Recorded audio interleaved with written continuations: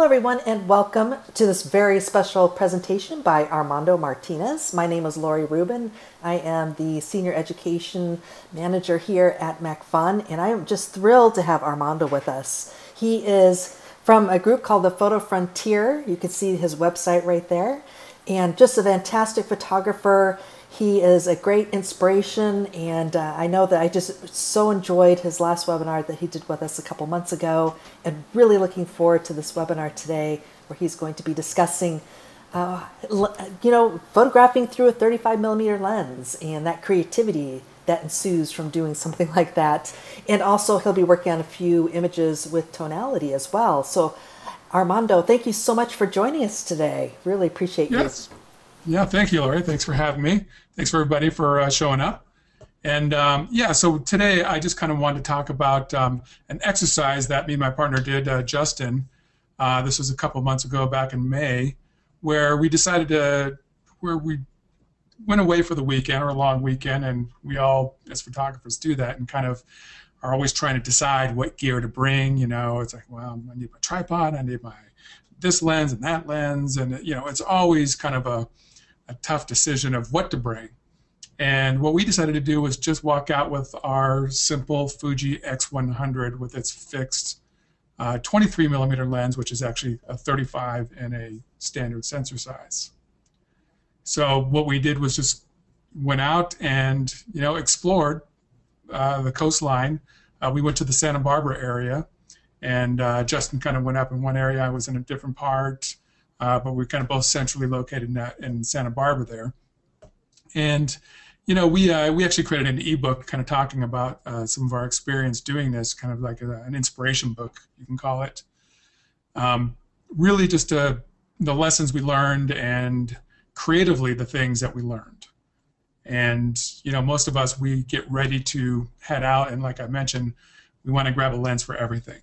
And then pretty soon we've got a bag full of gear that's like 40 pounds, and we're barely able to fit it in the overhead bin in the plane, and we're trying to just bring everything along with us. So going in with just one camera, of course, right away you're like, well, I'm gonna miss this shot and I'm gonna miss this, and yeah, you probably will miss some shots, but you're also going to get other shots. And that's kind of what we learned, and what it was all about was getting out there and just working within the confines of 35mm. And of course, there's going to be times when you wish you had 200mm, or maybe a 14mm, for an inside kind of dramatic shot. But really, the thing that I learned most was once you bring yourself to the confines of this tool, that you realize, this is the tool I have, and this is the only tool I have to work with, and not get upset or wish you had something else. You begin to get more focused, and you really hone in your compositions much better just working with that one tool.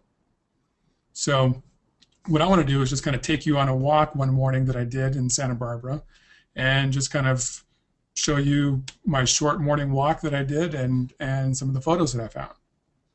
So if there's any other quick questions, I'll jump into these. Okay. So, the hardest thing, obviously, when you're traveling is getting up early in the morning. And, it's really tough. And I got up this one morning. It was 6 a.m. when I actually got up, looked out the window, looking at the weather, looking for an excuse not to get out of bed, and just, finally said, you know what, I'm going to go. And the night before, I had dinner at this restaurant in the Santa Barbara harbor. And I saw this pier, and I was like, I might come out here tomorrow morning. And so I got up early, grabbed my camera, and headed out. And this is kind of the first spot that I hit. I came out of the parking lot, which is actually just behind me about 50 yards from here, from this photograph, and I immediately saw this huge driftwood log on the beach. And of course, you can see not a whole lot else on the beach, so it immediately grabbed my attention. So I kind of started working towards it. And if you were here from my White Sands photo that I talked about, I kind of approach this in the same manner, that knowing I'm working on sand and I'm looking at these lines with the seaweed kind of working up to it. And I kind of want to approach this slowly and kind of just kind of work around it a bit. And, that's generally how I kind of work. If I see something that interests me, I'm going to kind of approach it from a lot of different angles and just kind of try to find these different types of shapes in it or the surroundings, and just kind of find its best situation. So here you can see that when I first got here, I kind of took my first shot, and it's a little sparse. So, and again, I'm working with 35 millimeters, so it took a little bit of adjustment, knowing that, okay, I want to reach out with a long lens, but here I've got a kind of a medium lens here, so I need to kind of work with this. So as I kind of start to move up, I'm kind of just trying to figure out what I have to work with. I got some waves over here in the upper right, and of course I'm trying to show a little of action with these waves, but really my subject's kind of small. And for me, when I'm working with compositions, I really like to get my subject kind of a little bit bigger in the frame and kind of have it fill it out and have some prominence in there. And here I moved in pretty close, kind of went perpendicular with the water, tried to kind of work with the symmetry, and was kind of really liking some of the lines here in the sand. And, when you catch little elements like that, first off, being perceptive is really key to trying to make a good photograph, because you find these little things like the movement of the sand, the movement of this seaweed, the shape of the log, the water, and you're really trying to kind of now create a photograph that kind of brings all these elements together. And I was kind of coming in low here to try to work with that dramatic movement of the sand, and just kind of the balance for me is still a little off. So, I'm just going to kind of keep working with this. I try to move up a bit to get a little bit more separation, and trying to get a little bit more angle, trying to work with the seaweed, with those lines in the sand still. And, this I kind of liked a little bit just because it's got kind of an emptiness out there in the ocean, and I do like this little swirl right here in the wave. Little details like that to me really kind of tell more to the story. Just adds more pieces to this environment. There's a very small boat off here in the left as well. And, I do like the shape and how it almost is kind of replicating here the log that I have. And anytime you get these kind of repetitious patterns, I think they kind of complement each other, and it kind of adds a little more interest. But, ultimately, I'm still moving. I still want to try this in different angles. And, this is kind of a nice minimalist photo that I still do like. And here, just moving up a little higher again, just trying it. It's definitely not working for me now, because the spaces are getting too big in between. So I'm just going to keep moving. So now I'm getting a completely different look, because I've now moved around this log 180 degrees pretty much. I really like that this is given some context now. You can see some of the houses or hotels along the beach leading out to that little peninsula. And it is starting to get a little bit more dramatic with the lines in the water kind of coming down, but it still feels kind of not quite there. And the log is actually getting a little bit smaller at this angle. So I'm just going to kind of keep moving, and you can see how the log is getting a little bit more presence as I'm kind of bringing this around.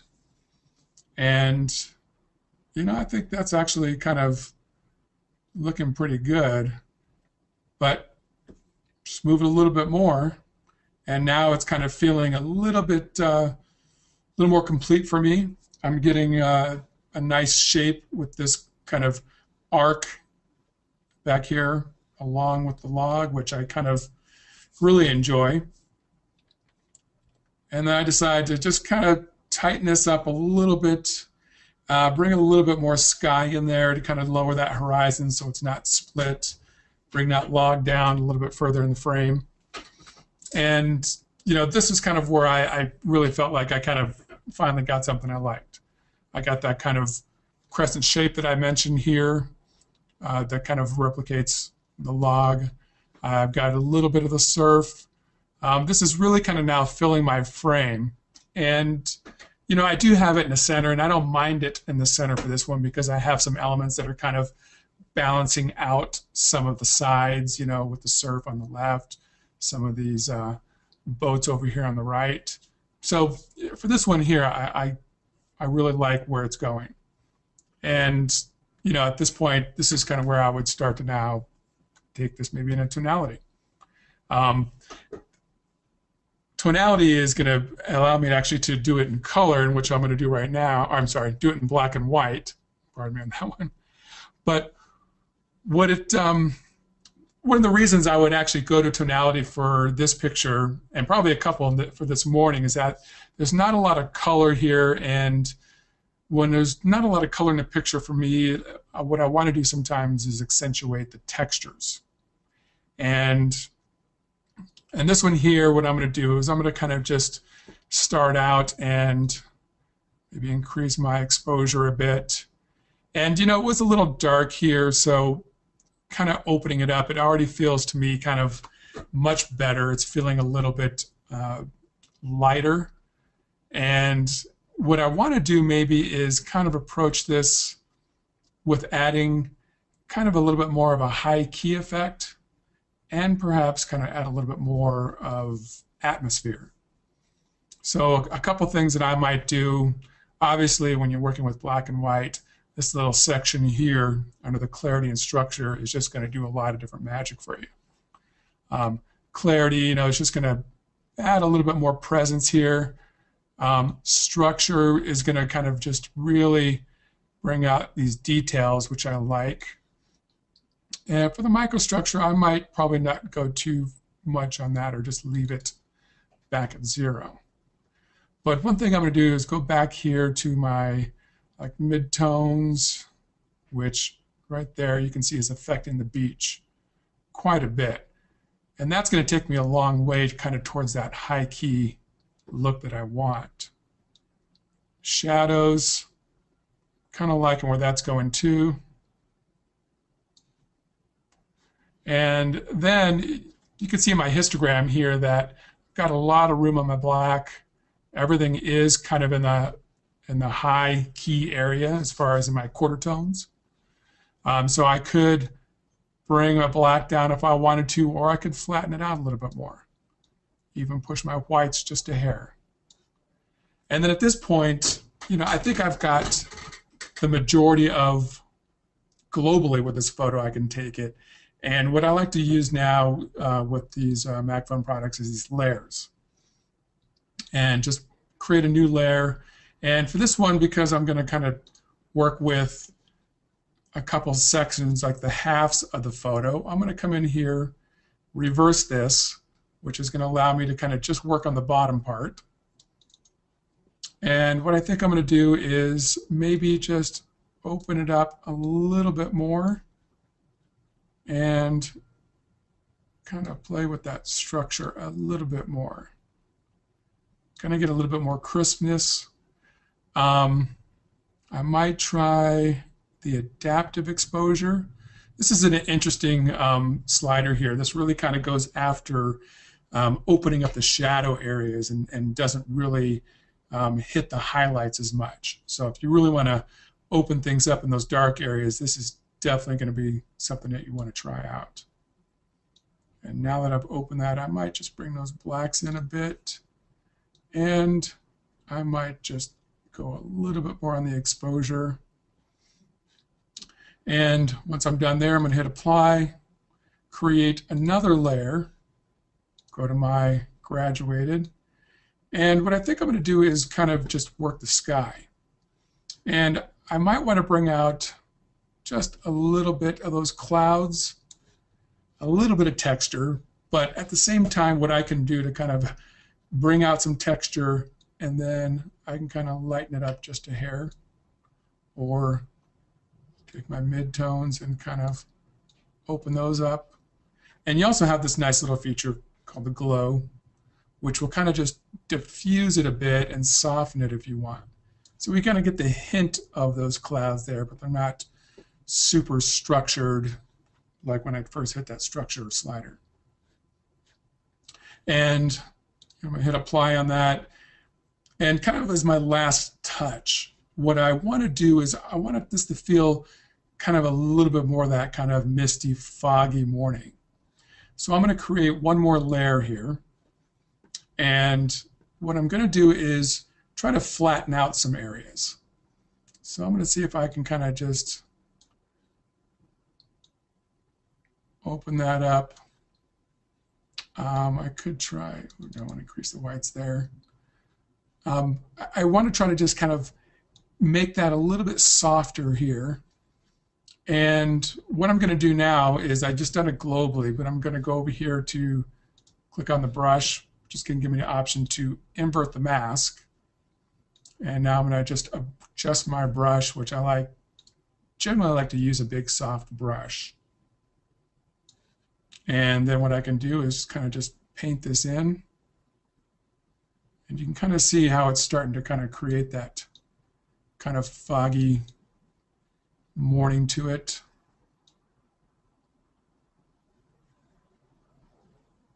And I can now adjust this more if I want. And I could take the eraser tool. I'll bring down my opacity just a bit and make that a little bit bigger and just take a little off here just to kind of give that illusion of the depth here. And you know what this is also doing is kind of pushing it back a bit. So that's going to bring it forward when I turn it off. But now I've kind of pushed that back more in the background and made it really a secondary item. And of course, if I want to soften up anything else, I could also do that. Just gives me the eraser. Come back here, and I could hit it just a little bit more on some of these areas.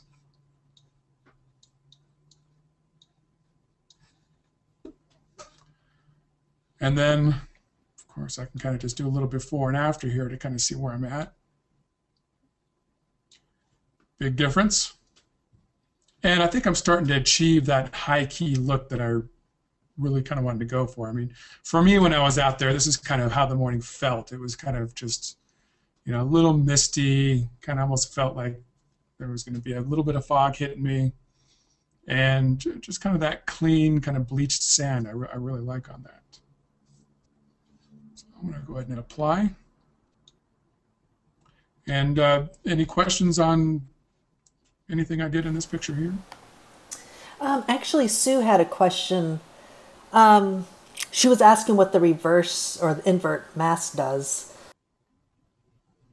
Well, when you start off with a new layer, by default, it's showing everything. And when you click on invert, it basically reverses it into hiding everything. So kind of like if you're used to masks in Photoshop, it would be like the equivalent of starting with a white mask and then inverting it to black, which is also how this one works as well in tonality.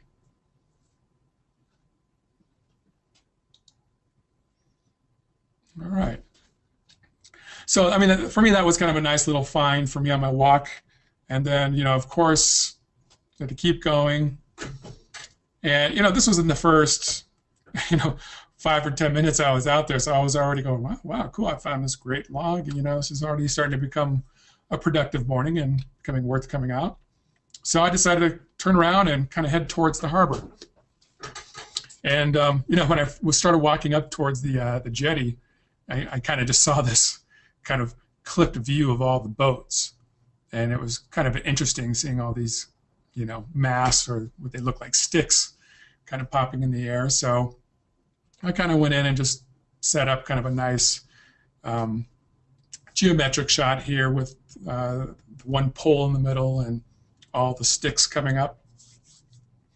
And I thought that was kind of interesting. But, I wanted to keep moving on. And one of the reasons I came to this spot was because of the water and the boats. And so I kind of moved forward from here and kind of jumped up on this walkway and started kind of moving around the harbor here. And, this was my first kind of like snapshot. And, I'm kind of in the habit of doing this where something kind of grabs my attention and I just kind of want to get it. And I really like the shape of this little deck here, this little pier, but I just did not like this in the bottom right corner. And I just couldn't frame this to kind of get that out of the way. So sometimes you can make a photograph work and sometimes you can't. So I just started moving along here, and there was this walkway going out, on this jetty, and it just kind of really looked interesting with this reflection. And anytime you work with water, it's just magical for me, because primarily you get double the effect of whatever you're photographing. So here we're seeing these kind of flagpoles moving down this here, and then we're just getting twice as many going down there, which kind of creates this, kind of interesting pattern. I'm also getting it with the boats. And, it's kind of one of those things where it's very intriguing, and the challenge is, can I make a photograph out of this? And, I kind of straightened it out because I wanted to try to get some of these rocks. Seemed kind of interesting to kind of have this kind of leading out and really kind of creating that motion. And tried to get more of the boats because I really like the boats as well. And, those kind of weren't really working though. And then I decided to eliminate the boats. And this started to kind of look kind of a little bit more interesting. It almost looks like this walkway is just going out into the middle of the sky, the way this water looks. And, again, that reflection just makes it magical in that sense. So I saw these two ladies that I had said hi to as they walked by and just kind of waited for them to go. And that kind of started to feel a little bit more like a photograph to me, as far as just kind of empty sky. I feel like we're floating. It's got this optical illusion where it does kind of feel like this piece is in the middle of the sky. And these ladies walking the dog. So I kind of marked that one, and that was kind of one that I might develop a little bit later. But, I just kind of worked with it a little bit more, tried to see what else I can get, tried working with this railing, and then turned over and just saw these boats. And I don't know, for me, this kind of felt a little bit more of the feel of Santa Barbara. The one unique aspect of Santa Barbara it's besides being on the coast, is it does have these kind of hills, which is kind of typical on the California coast. You have these mountains that kind of just really dump right into the ocean. And so for me, this kind of had a nice, tranquil kind of feeling to it, with the reflections and all the lines from the mast coming up and down. So I felt like that adds kind of like a bunch of energy in the center there. So I'm going to take this one here and tonality and kind of just play with that one a little bit and see what we can do with that. And of course, if you have any questions, go ahead and throw them out there while I have this load up. No questions yet that I haven't answered, but I'll keep a couple aside for you. Okay. So for this one here, I feel like this is a little bit more of a classic black and white. So I want to get my full tonal range. And when I say the full tonal range, what I'm referring to is I'm getting kind of almost a pure white and a pure black. And you can achieve your overall brightness with this exposure, but to really kind of extend that tonal range, which you will see right here in your histogram, and you can see with these markings that tonality give you, that I've got a pure white there in the sky, a pure black in there. So I might just back that out a bit, maybe just a hair, but I'm not quite clipping yet. So this triangle here you can turn on if you want to see when you actually clip. So I'm just going to kind of keep that just below there. And same with the blacks. I can kind of see that I'm just getting my little blacks clipped, which is great. You know, that's kind of where I want them. Go ahead and turn those off afterwards.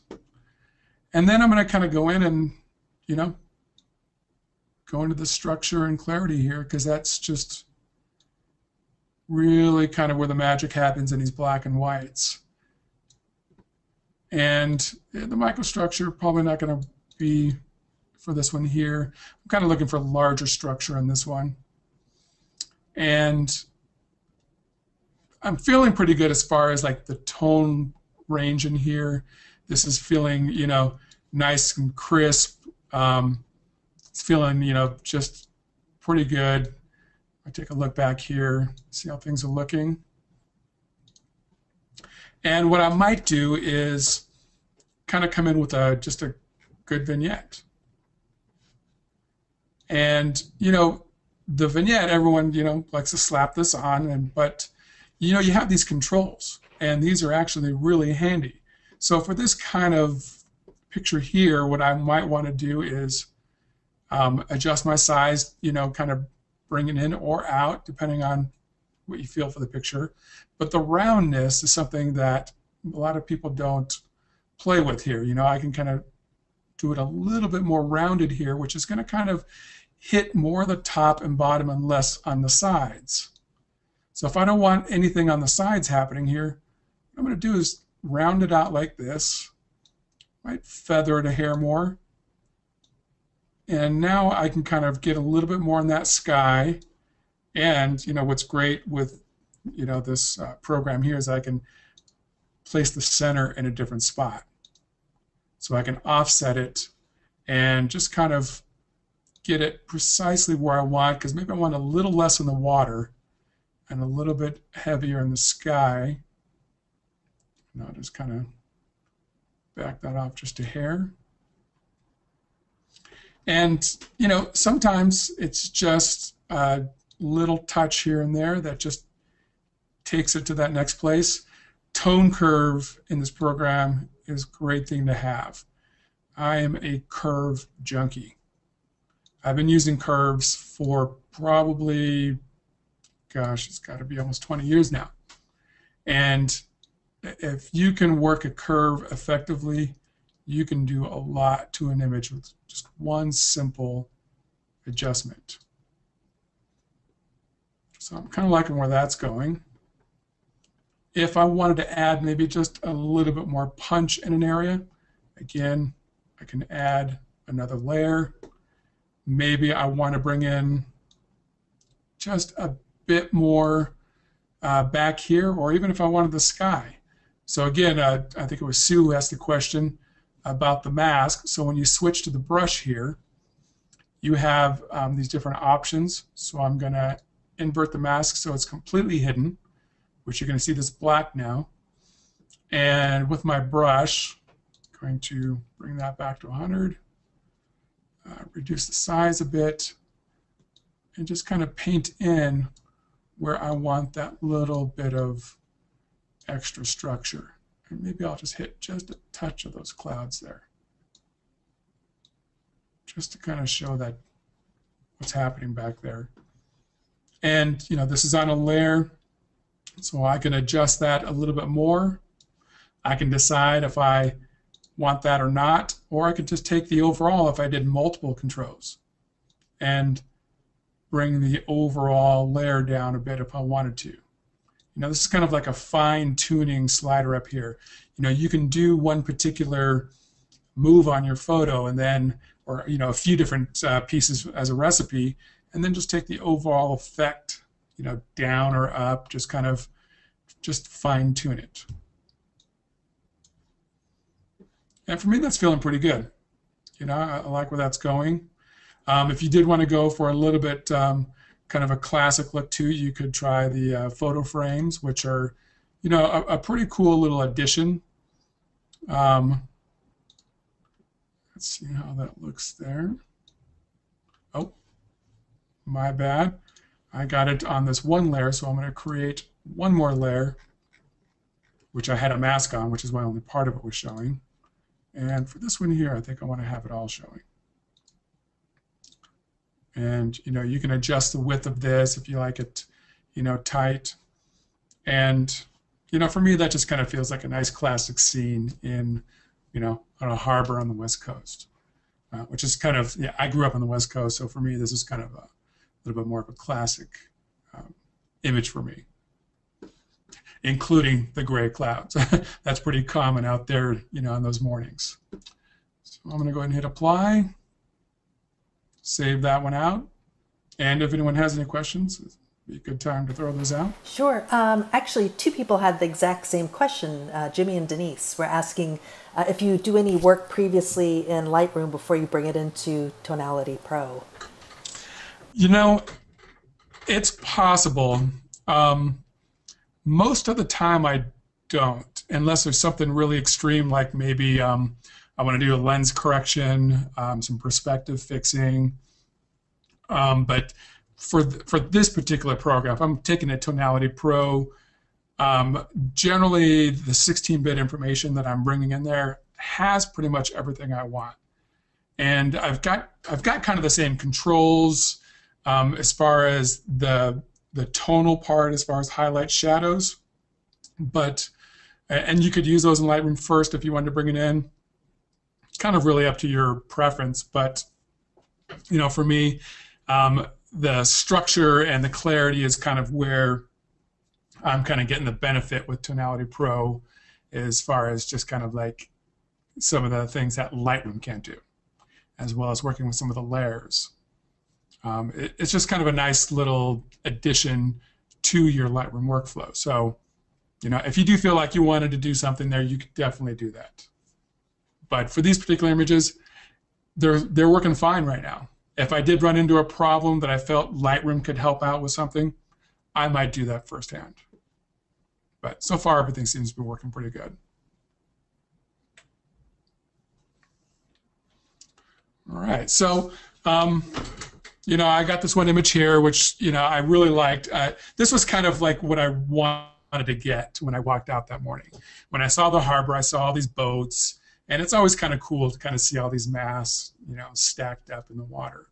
So from here, I just kind of kept moving along that jetty, and as I was walking out, just kind of exploring what was there, watching these boats. I'm assuming they were fishing boats heading out. One thing I started noticing was these clouds kind of creating some nice, interesting light. And, of course, those seagulls. Those guys are always kind of fun to play with, since they like to reciprocate sometimes with what you're doing, especially when you have food in your hand. Not that I was feeding them, but, they can certainly be pests when you're walking around with something in your hand.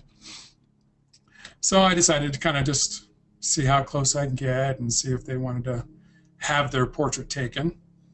They weren't too happy with me there. That one on the far left started to already get ready to bolt, and by then they were all gone in about a second.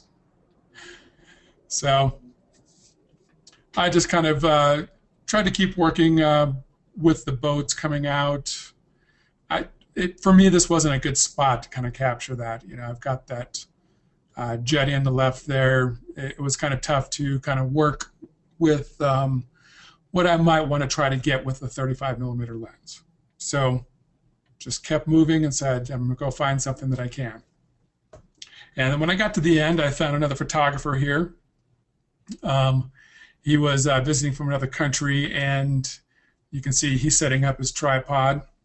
And, of course, I did not have my tripod. I was going light, working with just my little Fuji.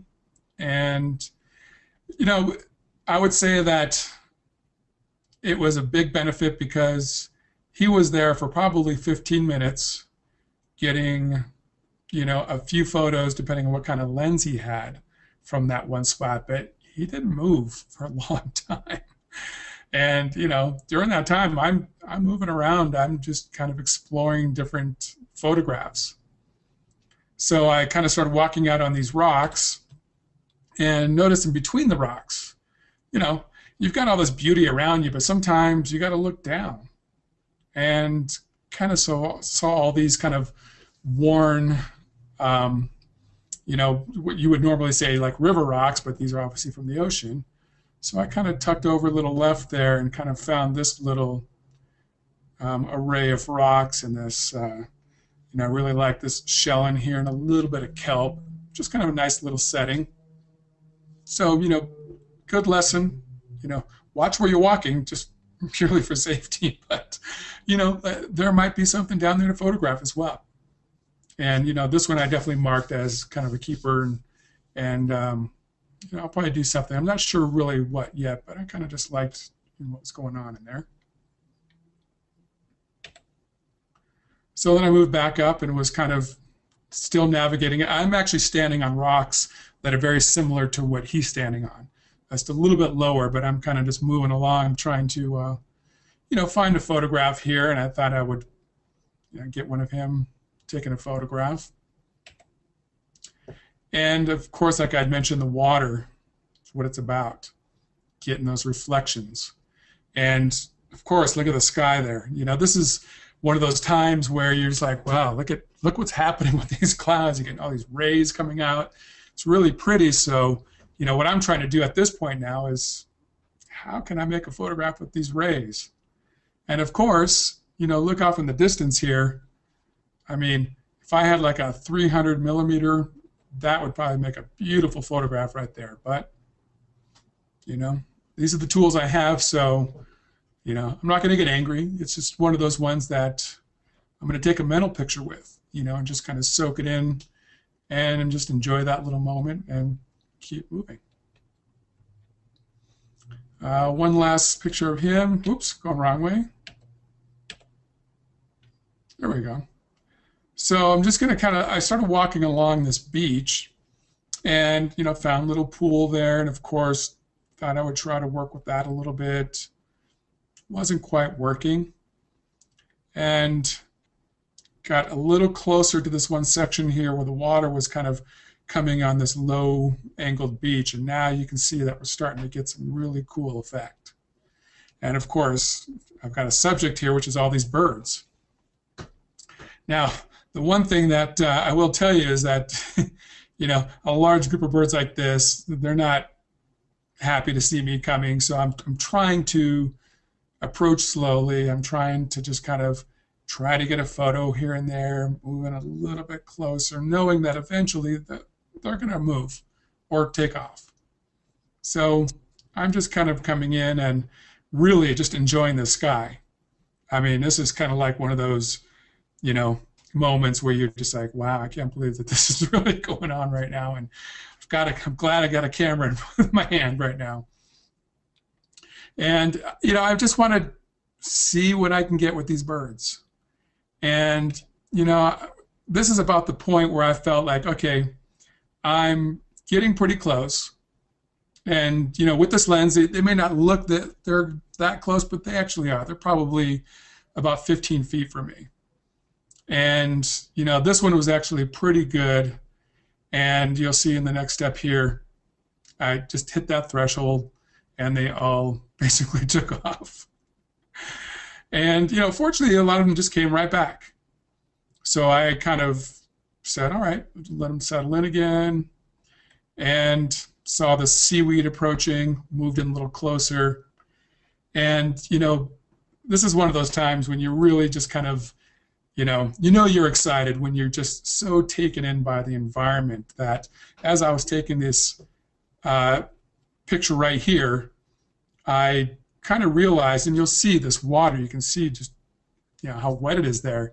I was getting kind of low and kind of close, and then when I looked down, I noticed that I was about an inch deep in this mud, and I was not wearing shoes appropriate for this. These were just regular kind of daily shoes that I would use, going to work or, walking around somewhere. And I just kind of said, all right, good lesson. Pay attention to where you're standing. Again, look down. So I backed off and went to some drier sand, kind of worked with the pier a bit and, the boats, and kind of got to about this point, I think it was, and you can see where I came from. The guy with the tripod was standing over here, and felt like, okay, I kind of explored this area and really kind of landed back over to this photo here. So this was kind of like my favorite one here. I really loved, these clouds, this little kind of hole in the sky, the beams of light kind of hitting different places. So what I'm going to do is go ahead and take this in here to Tonality Pro. And see what kind of magic I can make with this. And this walk that I just did, which you just saw, that was 30 minutes. I mean, it doesn't take long, especially if you're out there with family or something. If you can get away for an hour, little 10-minute drive somewhere, half-hour walk, I mean, you could satisfy your photographic needs and not be yelled at by your significant other at the same time. Which every photographer I talk to, that's always the case. It's like, oh, I love to take photos when we're traveling, but my wife or my husband just won't let me stop. And well, every now and then, my wife fortunately likes to sleep in, so if I can manage to get up at sunrise, then I'm going to actually get a lot done. So I'm going to kind of work with some tone here. I'm going to, I want to use adaptive exposure, open up those shadows a little bit. For this one here, I have kind of a situation where I think I want to really treat them separate as far as the two halves of this image. I've got this reflections on the water with the birds, and I have the sky. And if I kind of go heavy, say with structure here, I kind of like what's happening down here, but maybe I don't want it as much in the sky. So I'm going to reset that. And again, this is where I'm going to start using some layers. I'm going to bring open a layer, use the graduated because this is a very simple image in the sense that everything is on one part of it that I want to kind of do something specific to. And I can just divide it just like that. And now I can kind of work this little section. And for this kind of water, structure, microstructure, clarity, these things are just going to do some magic. I mean, for me, when I see water like this and I want to see reflections, I mean, I just want to get that contrast out there, and it just feels wet. And it just feels like I can almost touch it. And I could work with some of these here. It's feeling pretty good. And now I'm going to, need to apply that. And I'm going to add another layer and use the graduated again. This time I'm going to do the sky. So for this one here, I might push highlights down a bit, try to get more tone in there. I could open up midtones and shadows just a hair, or bring the exposure up a little bit. Clarity is going to give me that overall big structure. So you can see it's kind of accentuating these big edges here. The structure here is really going to go after kind of the in-betweens. And, if I kind of like what it's doing to the shadow areas, but maybe I don't like the highlights, I can use this protection, which is going to kind of leave it off the highlights. I can look at my microstructure, but don't think I want it, although it is looking interesting what's kind of happening here, but overall, I think I'm going to keep that off. And what I might do is check out the glow. I could add a little softness to it if I want to. It's kind of really what your creative execution and what you're looking for. And I might just kind of check the overall exposure here, the brightness. See how that's feeling? Click on apply. And that's feeling pretty good. And What I might want to do at this point is kind of do some local adjustments. And I'm going to keep working with these layers. So I'm adding another layer. And you kind of saw what the rays were kind of doing with some of these. I think it was first the microstructure, but it's probably a little heavy. I'm also going to try it with the regular structure, see if I can kind of get a good effect, maybe even a little touch of clarity. And then I'm going to go back to that brush again that we talked about, invert the mask. For me, I'm always soft brush. And here what I'm going to do is I'm just going to kind of hit it in a few spots. Kind of accentuate some of these rays coming out, and you can kind of put them wherever you feel like they work or where you want, and then make maybe a little adjustment afterwards. Take my eraser, maybe just kind of do something like this here.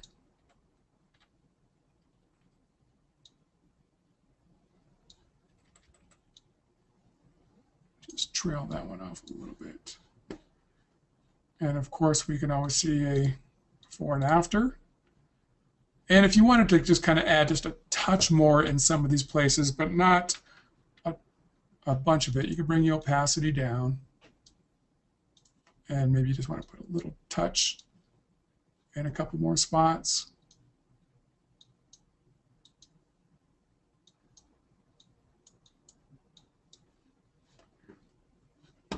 And then there's another little trick here that if you want to kind of just use a blending mode, if you're kind of familiar with blending modes, if you do a right click or on a Mac, do a control click, you can bring up this contextual menu when you click on this layer. And under here under blend, you have some options like overlay. If you wanted to do some darkening, it could be multiply. And what I'm going to do right now is screen, which is kind of a lightening effect. And I'm going to invert that mask. And I'll bring up my opacity back up again. Just want to open up this area right here by these birds. And again, I can take my eraser, kind of touch up some areas where I don't want it. And if you want to just do a little touch, again, I'm going to bring my brush in, bring my opacity down.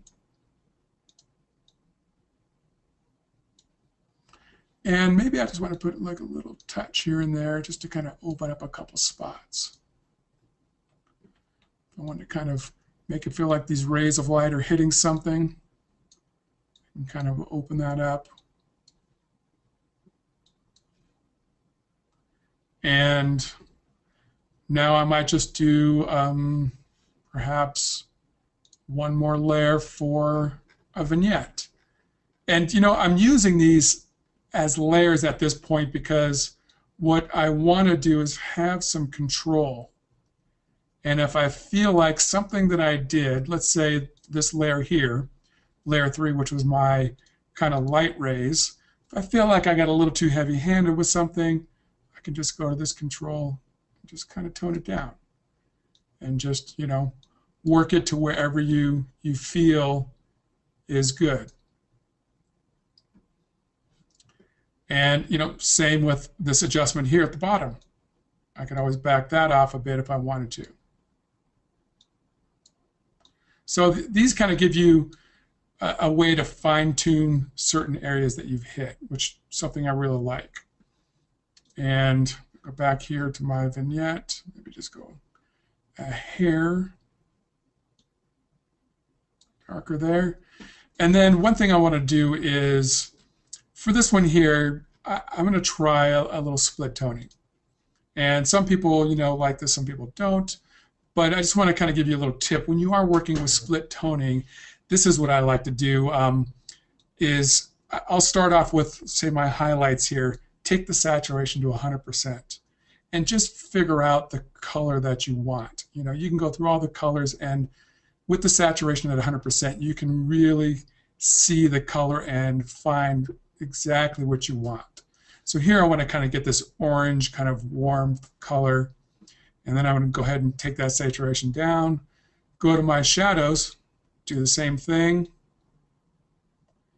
and find a color, and I'm going to kind of do this kind of orangish, almost purple color here. And here's the other tip too. Bring them both to 100%, and then find your balance. So with this balance control, you can lean more to one color to the other for as far as these oranges kind of going into the midtones and partway into the shadows, or going the other way. So what I want to do is kind of I want to kind of get these highlights with that orange feel and kind of leave the rest in the blue. Now that I've got everything settled in as far as my balance and my colors, I can bring my saturations down on both of them, knowing that everything is kind of set, and now I just need to kind of bring in these colors and just figure out where I want them to be. You know, I kind of like a little coolness there in that shadow, and then I'm kind of doing a little bit of that warmth in the highlights. And again, it's a matter of taste. And I've got it on a layer. I can try it with, without. Maybe I want to go a little bit more of the blue. Yeah, for me that's feeling a little bit more balanced. And, you know, just a lot of different ways to kind of work with these colors, but, you know, protection if you want to fill in that highlight a little bit more. And of course, you can always adjust these colors afterwards. I might just kind of move that a hair more purple. Right in there. And I've got all the layers. Turn them off and on at any time. Adjust the opacity. Kind of a nice little bit there. And I think that kind of finished that one for me. Any questions out there, Laura?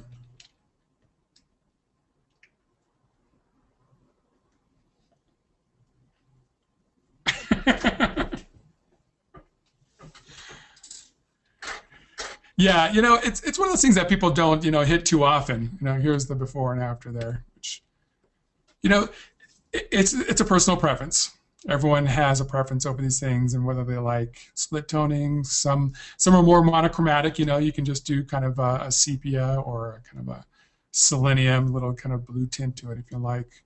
And, you know, occasionally I might just add to a straight black and white. I might just add just a hint of warmth to it. Not like it's really actually tone, but it just kind of just a hint of that red in there, kind of an orangish color, and it reminds me of the old prints that I used to make. You know, I know I'm dating myself there, but it just kind of, you know, instead of a straight black and white, which sometimes can feel a little cold, I'll just kind of add a touch of warmth to it. But yeah, so that was my walk in the morning. That's fantastic. I just wanted to make a point. I love how you pushed everything when you're doing the split toning all the way to 100%, so you can really see what's happening. Sometimes, you know, we tend to be real gentle at first, but why not just push it all the way and then bring it back? So exactly. I like what you did there. That's great. Yeah, it's just really so you can figure out where you want the balance, what colors you like, and knowing that once you've got it figured out, bring those saturations down, and then no matter what you're doing, it's kind of already set for you.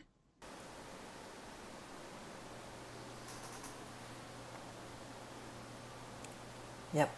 I wanted to tell you, John made a really nice comment. He said, this session has been a good balance between the creative process and some techie info about the application. So that's great. Thank you so much. Yeah, I appreciate that. Yeah. And that's kind of how I am. You know, I'm a little techie, and I'm a little, you know, on that left and right brain. So I kind of, you know, really get into that. And, you know, this new tonality program is actually just kind of like a fun new tool that, you know, you get to explore and try some new things. And, you know, that little blending mode I just kind of found on my own. And I was like, yeah, it's kind of a nice little piece there that I don't know if anyone had mentioned before, but I was like, I like that. Yep, it's very good. Okay, well, I think we're going to wrap it up here. Again, want to make sure that you folks go to his website, Armando Martinez's website, which is the Photo Frontier. There you go. And check it out. They have a specific page just for Mac Fun, and that's where you can find that 10% discount code, Photo Frontier. Just use that to get a discount. And then they've got some videos there, including one that he did for us not too long ago, and also Justin Baylog as well. So thank you again, Armando, for a fantastic webinar. I always enjoy watching your webinars as I'm answering questions in the background, so I get to multitask here. Yeah, no, thank you. Thanks, everyone, for coming. And again, visit photofrontier.com. If you happen to be in the Denver area this weekend, we're doing actually a sunflower Americana workshop. If you want to go take sunflower, or pictures of sunflowers and a little bit of ghost towns out here. Oh, that sounds great. Yeah, take advantage. Okay, everyone, thanks again for watching. Armando, thank you so much for your great presentation, and get out there and really watch your compositions and try out Tonality Pro if you've never tried it before, and if you haven't, hopefully you learned some good tips today. So. Yep, and use the Frontier code and get a discount on it if you're thinking about getting it now. That's right. Okay, all right, everyone. Have a great rest of your day, and thank you again, Armando. Thank you. Okay, bye-bye.